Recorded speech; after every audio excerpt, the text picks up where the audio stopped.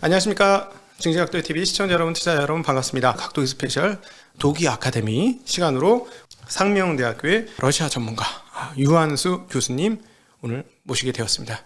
교수님 어서 오십시오. 예, 안녕하십니까? 네, 안녕하십니까? 예. 그러면 이제 지리적으로 보면 우크라이나를 보면 드네프르강, 드네프르강이 딱 가운데 딱 그렇죠. 쪼개지 않습니까? 그러면 사실은 이번에 러시아가 들어왔을 때 이제 막 히르키우까지 점령을 해서 이게 뭐지 하는 생각을 하긴 했지만 초반에 이제 진입을 하게 된 계기는 동쪽에 있는 친러시아 주민들을 구하기 위해서다. 라고 하면서 왔고 그것의 넓은 개념은 드네프르강 동쪽에 있는 사람들을 맞습니다. 위한 것이다라고 했는데 정말로 실제로 그렇게 차이가 많이 납니까? 이 강을 중심으로? 이 강이 예전부터 한 400년 전부터 우크라이나의 정치, 경제, 문화, 심성을 가르는 구분선이었습니다. 엄청나게 큰 강이더라고요. 예. 제가 한번 봤어요. 지도에 보일 정도의 강이니 얼마나 큰가 하고 찍어봤더니 한강하고는 비교도 할 수 없이 크더라고요. 네. 그러니까 우크라이나가 이제 그 드니프로강으로 이제 동서가 갈리는데 동쪽은 러시아 제국의 지배를 받았던 지역이고요. 드니프로강 서쪽은 폴란드 왕국의 지배를 받았던 곳입니다. 드니프로강 동쪽은 러시아 색채가 강하고 서쪽은 폴란드 내지는 서방 색채가 강했던 것이죠. 그래서 종교도 달라요. 드니프로강 동쪽은 정교가 당연히 강하고요. 이 서쪽은 동방 카톨릭이라고 하는 표현도 쓰는데요. 근데 아까도 말씀드렸지만은 이 전근대 사회에서 종교란 것이 오늘날의 국가 국민의식 비슷한 역할을 하기 때문에 이 드니프로강을 경계로 해서 동쪽과 서쪽이 종교도 달랐던 거예요. 심성도 다르고 이런 식으로 해서 이제 어떤 그 차이점이 존재했고요. 그리고 1930년대 스탈린 시대 때 그 우크라이나의 그 대규모 공장들이 여러 들어서는데 여러 가지 이유에서 그 우크라이나 동쪽에 그런 대규모 공장이 들어섭니다. 왜냐하면 그쪽에 이제 지하 자원이 많았기도 했었고 했기 때문이죠. 그래서 그 공장이 들어서면 당연히 엔지니어와 노동자들이 필요할 텐데 우크라이나는 이제 주로 이제 농업 국가였기 때문에 그렇게 급속한 공업화를 진행할 때 필요했던 노동력이라든지 기술자들이 주로 어디서 오냐면 러시아에서 왔던 겁니다. 그래서 그때 당시에 또 이제 대규모로 러시아 이민이 이루어지죠. 그래서 가뜩이나 그 우크라이나에서 드니프로강 동쪽에서는 러시아 색채가 강했었는데 20세기 전반기에 산업화, 공업화의 과정에서 다시 또 대규모 그 러시아 이주민들이 정착하면서 그 색채가 더 강해졌던 것이죠.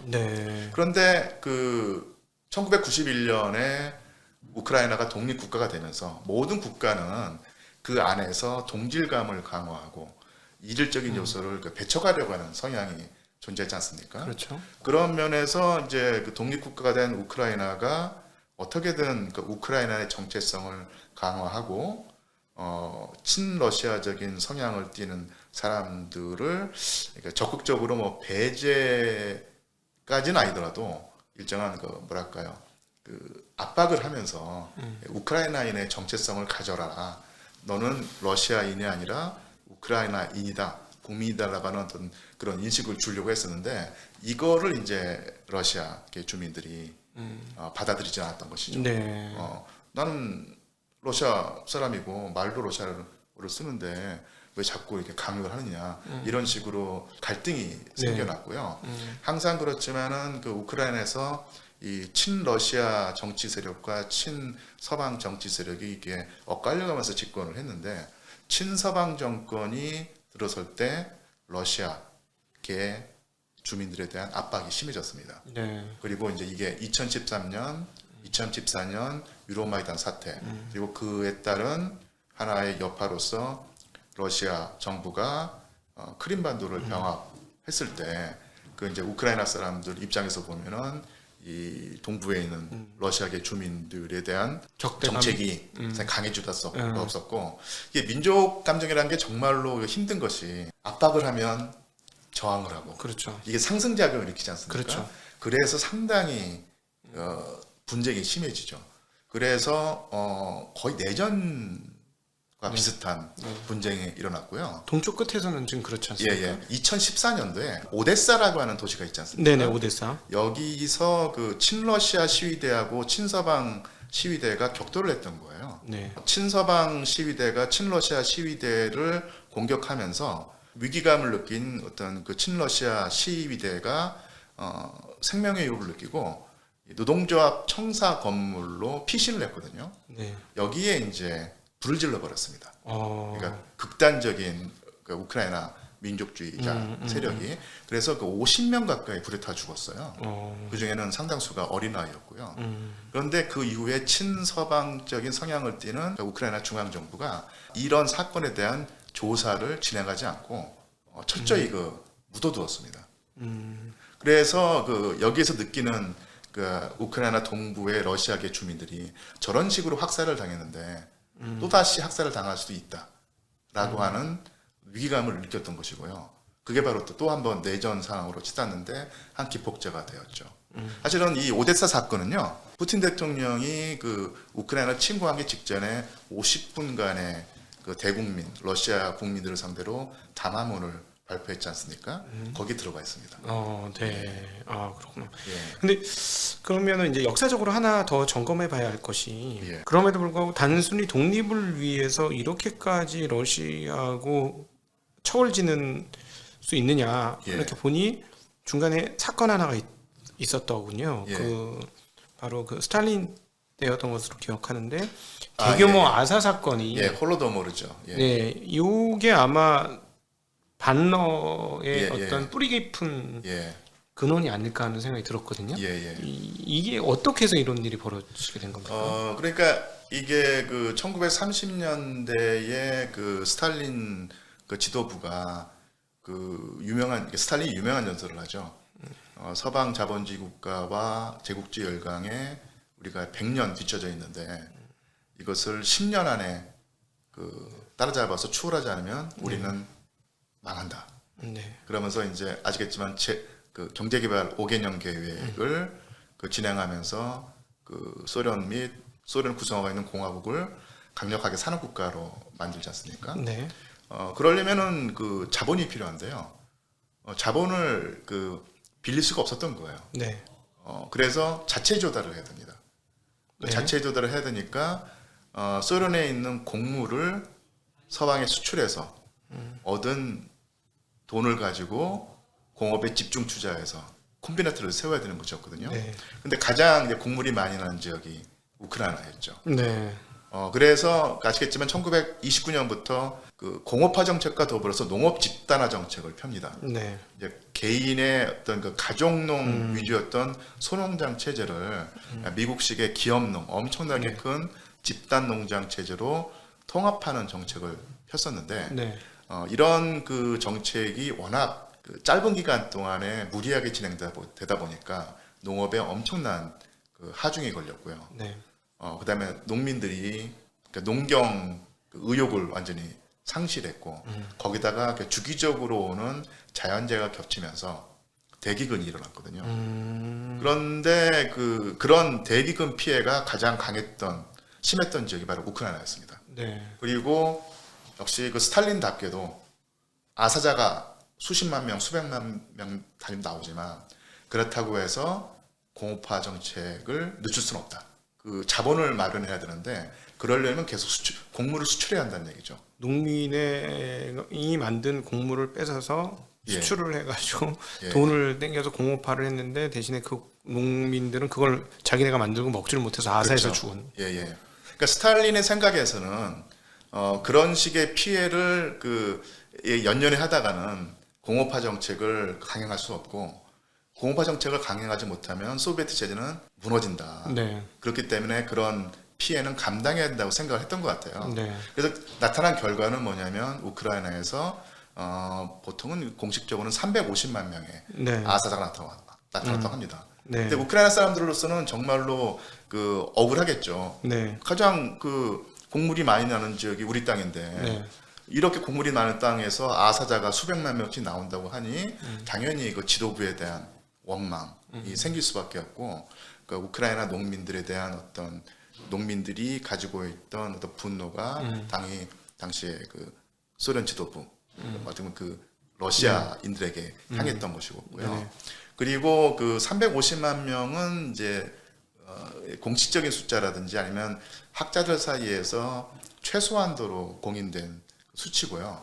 그 우크라이나 민족주의자들이 주장하기로는 한 900만 명이었을 것이다. 네. 그리고 우크라이나 민족주의자들은 이게 스탈린의 정책 실패가 아니라 의도적인 우크라이나인들을 약화하고 네. 쉽게 말하면 씨를 말려서 없애버리려고 하는 그런 계획의 일환으로 일부러 그 대기근을 주장했다. 이런 의심을 하고 있습니다. 그 갑자기 아일랜드 생각이 나는데 그렇죠. 아일랜드 감자 대극은 나면서 예. 영국하고 원수가 되잖아요. 그렇죠. 우리가 옆에서 보기에는 한 나라지만 예.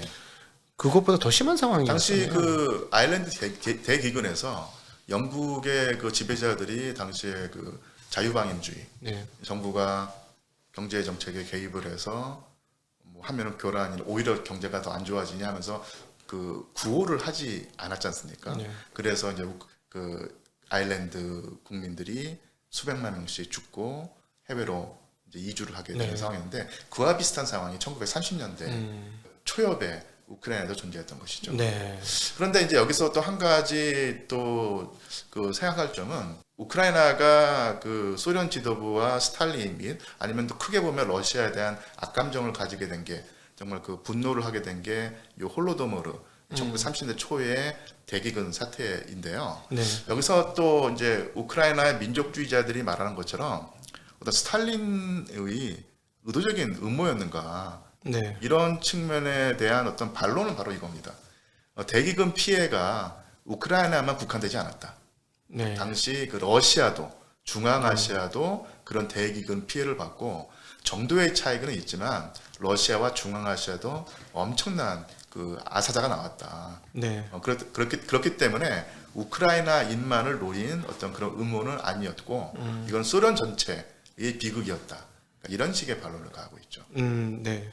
그럼에도 불구하고 우크라이나 사람들은 그렇게 생각하는 게 마음 편하고 그 화를 예. 풀 수 있는 방법 중에 하나가 될 수도 있겠다는 생각이 드네요. 그러니까 참 이게 예. 그 이웃 국가끼리 사실은 사이좋게 지내기는 쉽지 않고 네. 서로 이제 원한을 가지게 되는데 이게 항상 그렇지만은 이게 그 좋은 것은 잘 잊어버리죠. 네네. 그리고 나쁜 것은 잘 기억합니다. 네네.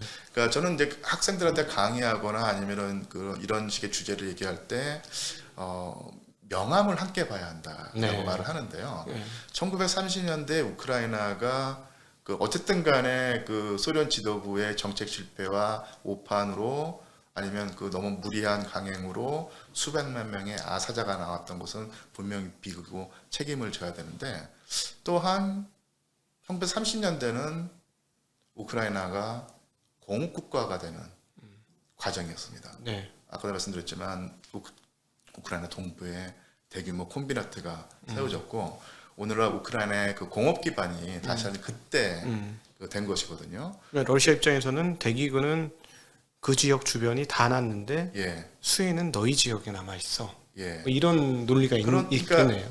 그 시기에 공장도 세워지고 그 다음에 이제 우크라이나가 이제 농사만 짓는 나라가 아니라 이제 우리가 흔히 말하는 공업 강국이 네. 된 측면도 있지 않느냐.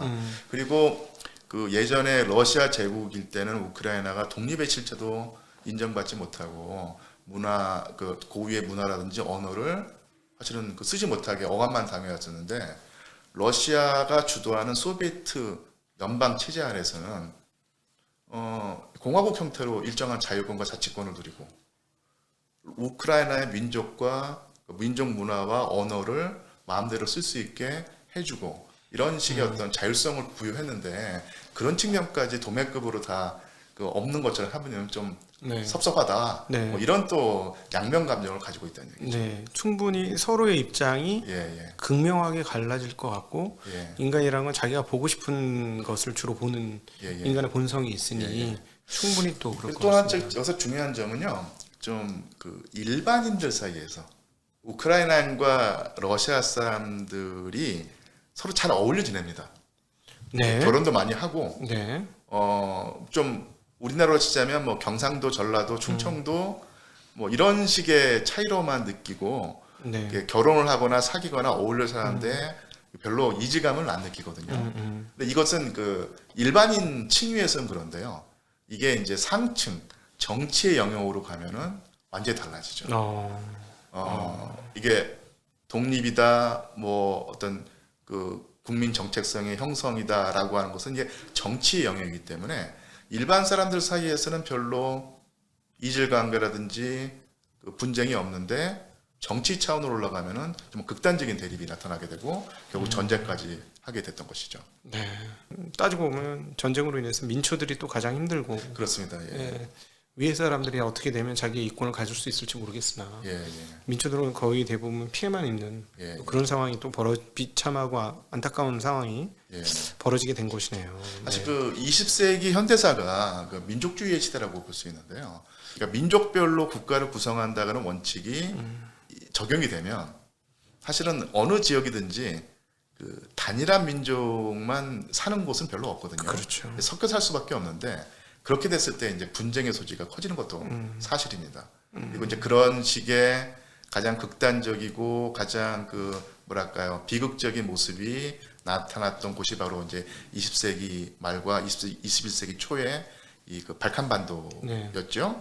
그런데 그런 식의 민족 분쟁이 약간은 뭐 좀 저강도라고 하더라도 거의 같은 구조의 그 분쟁이 나타날 수 있는 곳이 바로 오늘날의 우크라이나의 가능성이 생겨난다는 것입니다. 네.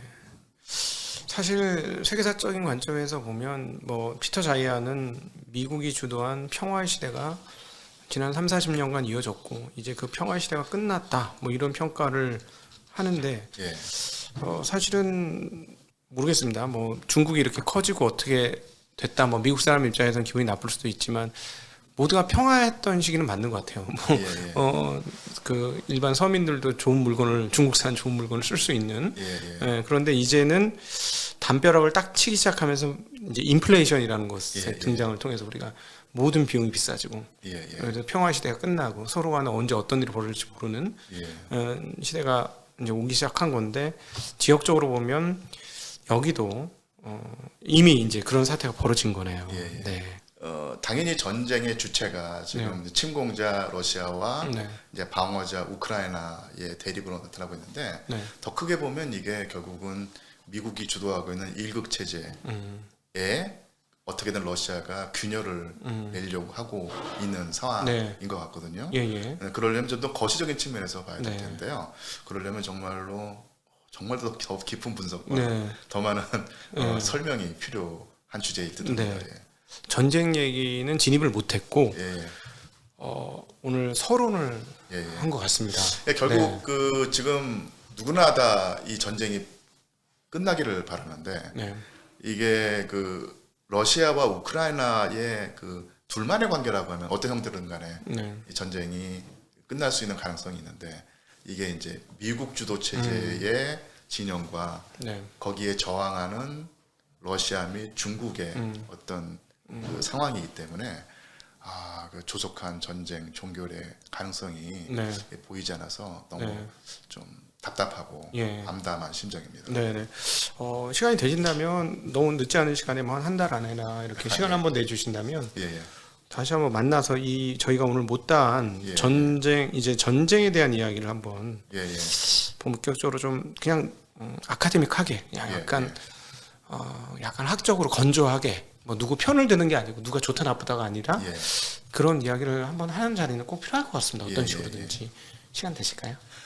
뭐 불러주시면 달려가야죠. 달려오겠습니다. 네네. 너무 감사하고 여러분 어떤지 모르겠습니다. 그 우리 유한수 교수님의 강의는 찾아보시면 유튜브에 주옥 같은 강의들이 많이 있습니다. 근데 오늘 특별히 여기 자리 나와 주셔서 거기서 안 했던 좀 더 깊이 있는 이야기를 심층적으로 해주신 것 같아서 오늘 대담을 한 저로서 너무 영광이고 몰랐던 걸 알아가서 세상을 보는 지평이 한참 더 넓어진 것 같고 미래 세계사를 어떻게 조망해야 할까도 다시 한번 생각하게 되고 또 이건 경제에 어떤 영향을 미칠까도 또 생각하게 되는 그런 시간이었습니다. 그래서 제가 불러주신데 이제 고마운 마음 나왔던 이유가 여러 가지 이유에서 우리 사회가 어떤 현상을 바라볼 때, 특히 이제 외국에 일어나는 분쟁을 바라볼 때 흑백으로만 보는 느낌이 들어요. 편하거든요. 근데, 예, 그러니까 모든 현상은 다 이게 스펙트럼이거든요. 그럼요. 그래서 이게 우리 사회가 주요한 국제 사건, 특히 이런 어마어마한 그 사건을 스펙트럼의 관점에서 다양하게 바라보는데 조금이라도 이바지할 수 있으면 좋겠다라고 생각을 하고 나왔습니다. 오늘 너무나 감사합니다. 여러분 진짜 아카데믹한 시간이었고 너무 재밌고 대학교에 다시 입학한 것 같은 느낌이 드는 대학원에 입학했 그런 느낌이 드는 시간이었고 우리 다음 시간에 이 유라시아 경제 공동체부터 시작해서 이런 좀 다른 층위에서 현재 전쟁을 한번 바라보고 그러면 전쟁이 어떻게 이어질지에 대한 보다 근원적인 몇 가지의 답안을 우리가 시나리오나 답안을 얻을 수 있을 것 같거든요. 조만간에 한번 시간을 내주신다면 다음번 기대를 해주시고 기대가 되신다면 댓글로 많이 달아주신다면 다음 시간에 이 부분들을 연이어서 한번 진행해 나가도록 하겠습니다. 오늘 귀한 시간 내주셔서 너무 감사하고요. 이렇게 길고 귀한 시간을 많이 내주셔가지고 너무 감사합니다. 우리 긴 시간 함께 해주신 시청자 여러분들께도 다시 한번 감사드리고 이런 것들을 하는 이유는 저희는 경제라는 게 정치와 떨어질래야 떨어질 수 없이 붙어 있는 거고 이번에 금리 인상조차도 그런 것이고 지금에 일어나고 있는 이 에너지 혁명도 결국은 경제적인 기반이 한 축을 가지고 있는 것이라서 다 서로 엮여 있다고 봅니다. 그래서 이런 것에 대한 조망을 얻으면 탑다운 측면에서의 경제 흐름들에 대한 우리의 시각을 더 넓힐 거라는 생각으로 이런 아카데믹한 그 시간을 진행을 한 거니까 더 많이 관심을 가져주시고 또 호응을 해주신다면 깊이 감사드리겠습니다. 오늘 다시 한번 상명대 교양학부 유한수 교수님 모시고 러시아의 역사 그리고 러시아와 우크라이나의 갈등의 배경, 근원 이런 것들을 하나하나 짚어보았습니다. 긴 시간 함께 해주신 여러분께 다시 한번 감사 인사드리겠습니다. 인사드리겠습니다. 고맙습니다.